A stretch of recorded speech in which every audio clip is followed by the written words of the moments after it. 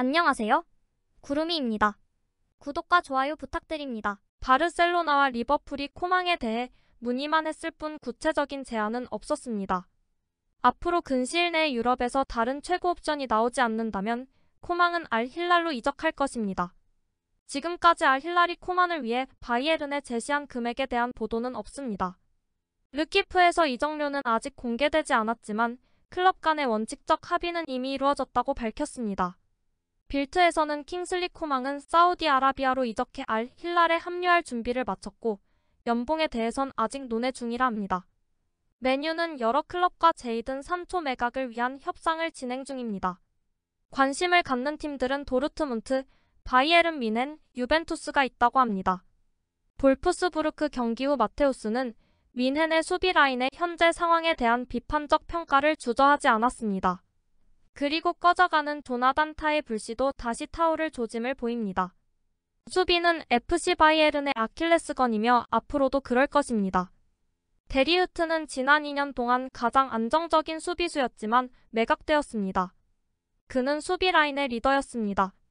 저는 리더가 없다는 것이 한심합니다. 현재 바이에른 스쿼드에 있는 모든 센터백은 먼저 자신에게 분명해야 합니다. 리더는 자신에 대해 분명해야 하며 팀에서 인정받아야 합니다. 물론 김민재와 우파메카노가 저지른 실수도 드레싱룸에서 논의되는 주제입니다. 클럽은 큰 계획을 가지고 있고 이제 모든 것이 지난 시즌에 중단된 지점으로 돌아가고 있습니다. 로마노 기자에 따르면 바이에른은 조나단 타의 상황을 계속 주시하고 있습니다. 지난 24시간 동안 새로운 접촉이 있었고 킹슬리 코망이 클럽을 떠난다면 바이에른은 마감일 전에 타를 영입 시도할 수 있다고 합니다. 조나단 타와 피니 자하비는 지금 레버쿠젠을 떠나거나 2025년에 자유계약 선수로 떠나고 싶다는 점을 다시 한번 분명히 밝혔습니다. 계약 연장은 선택사항이 아닙니다. 레버쿠젠은 타가 떠나고 싶어하는 것으로 보이므로 마감일까지 타를 보낼 준비가 되어 있는 것으로 알려졌습니다. FC 바르셀로나도 최근 타에 대해 문의했습니다. 레버쿠젠은 FC 바르셀로나와 바이에른에 3천만 유로를 요구하고 있고 현재로서는 새로운 제안이 접수되지 않았습니다. 이와 반대되는 보도가 있는데 바르샤 감독은 조나단 타 영입을 원하지만 레버쿠젠이 원하지 않고 여름 내내 바이에른 뮌헨의 접근을 거부했기 때문에 타 대신 중앙 수비수 오들론 코수누를 매각하려 합니다.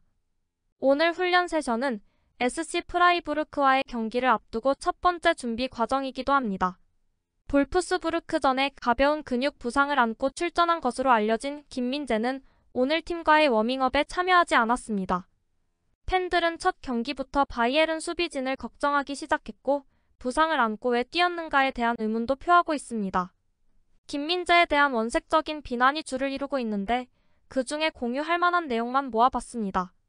김민재가 워밍업에 나서지 않은 건 우려스러운 일인데 특히 최근 부상을 감안하면 더욱 그렇다. 다행히도 심각한 건 아니기를 바란다. 일부 멍청이들이 소셜미디어에서 김민재 선수에 대한 인신공격을 끊임없이 하고 있지만 콤파니는 김민재가 준비되면 다음 경기에서 선발로 내보낼 가능성이 큽니다. 김민재는 바이에른의 수준에는 미치지 못할 수 있지만 시즌은 길고 콤파니는 답을 찾을 것입니다. 바이에른에서 김민재의 커리어는 끝났어요. 그를 나폴리로 임대하고 최대한 빨리 타를 영입해야 합니다. 양측 모두에게 최선의 선택일 수 있습니다. 아니야, 그는 실수를 저지른 후 팀과 마주하기에 너무 부끄러워하고 있습니다. 김민재는 지금 좌절하고 있을지도 몰라요. 콤퍼니가 인내심을 갖고 자신감 넘치는 괴물로 만들면 더 좋을 것입니다. 포워드 압박이 좋은 팀을 상대로 보이와 김민재가 함께 뛰는 것이 좋은 생각인지 잘 모르겠습니다. 스타니시치의 부상은 확실히 김민재에게 나쁜 소식입니다. 스타니시치가 최대 2개월 동안 출장 정지 처분을 받을 부상을, 이토 히로키도 3개월 정도 부상을 입은 가운데 김민재의 부상 소식은 프로인트의 말에 무게를 실을 수도 있습니다. 우리는 사실 선수단에 매우 만족하지만 현재 수비진에 부상당한 선수가 2명 있습니다. 우리는 그 점을 고려해야 했고 이미 그렇게 했습니다. 더 이상 일어날 일은 많지 않습니다. 우리의 계획은 아니지만 이적 기간은 며칠 동안 열려 있습니다. 바이에른 뮌헨의 CEO얀 크리스티안 드레세는 수비진의 새로운 영입 가능성에 대해 부정적 입장입니다. 우리는 잘 준비되어 있다고 생각합니다. 이적 기간이 아직 며칠 남았지만 그렇다고 해서 중앙 수비수 영입에 대해 다시 추측할 필요는 없습니다. 구독과 좋아요는 제작하는 데 큰 힘이 됩니다. 감사합니다. 다음에 또 보아요.